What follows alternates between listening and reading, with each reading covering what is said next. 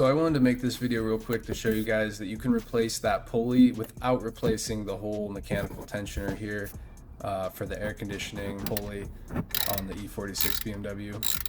And some cars might have the mechanical tensioner there for the serpentine belt, but most are going to have the hydraulic one like I did.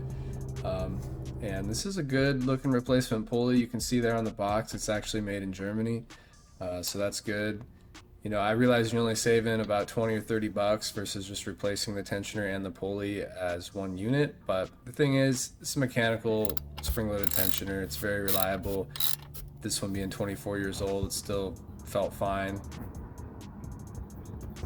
So I went ahead and used a breaker bar there against the ground to kind of stop the tensioner from moving.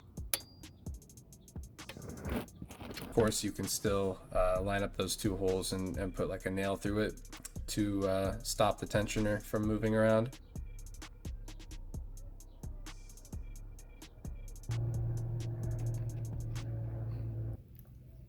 As you can see here, it does not take much tension released from the tensioner there to slip that belt on there.